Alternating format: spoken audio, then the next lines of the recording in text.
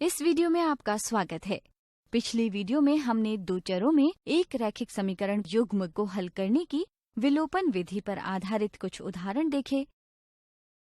अब हम देखेंगे कि विलोपन विधि से प्रश्नों को हल करते समय सामान्यतः क्या गलतियां हो सकती हैं।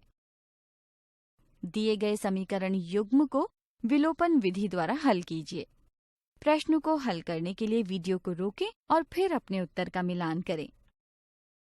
दिए गए रैखिक समीकरण युग्म में एक चर को विलुप्त करने के लिए जब आप समीकरण 1 को 2 से गुणा कर समीकरण 2 से घटाते हैं तो हमें एक चर रहित सत्य कथन मिलता है।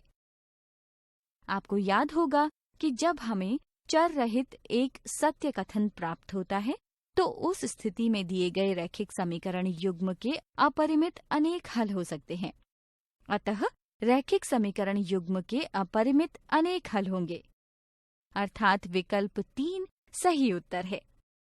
यदि आपने विकल्प 1 का चयन किया है तो ये अच्छी कोशिश है, परंतु यह गलत उत्तर है, क्योंकि दिए गए रैखिक समीकरण युग्म को हल करने के लिए जब आप समीकरण 1 को 2 से गुणा करते हैं तब बाएं पक्ष में चर y वाले पद को 2 से गुणा करना भूल जाते हैं और प्रश्न को हल कर देते हैं।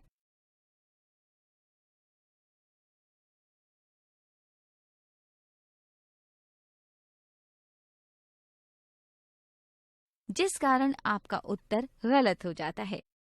यदि आपने विकल्प 2 का चयन किया है तो ये अच्छी कोशिश है, परंतु यह भी गलत उत्तर है, क्योंकि दिए गए रैखिक समीकरण युग्म में एक चर को विलुप्त करने के लिए जब आप समीकरण 1 को 2 से गुणा कर समीकरण 2 से घटाते हैं तब आप दाईं ओर के ऋणात्मक चिन्ह को धनात्मक चिन्ह में बदलना भूल गए, जिस कारण आपको एक चर रहित असत्य कथन मिलता है जो समीकरण युग्म के कोई हल न होने की ओर संकेत करता है।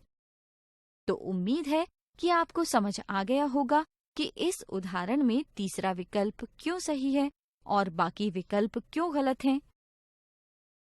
अध्यापक भी कक्षा में विद्यार्थियों की सूझबूझ का परीक्षण ऐसे ही कुछ उदाहरणों की मदद से कर सकते हैं।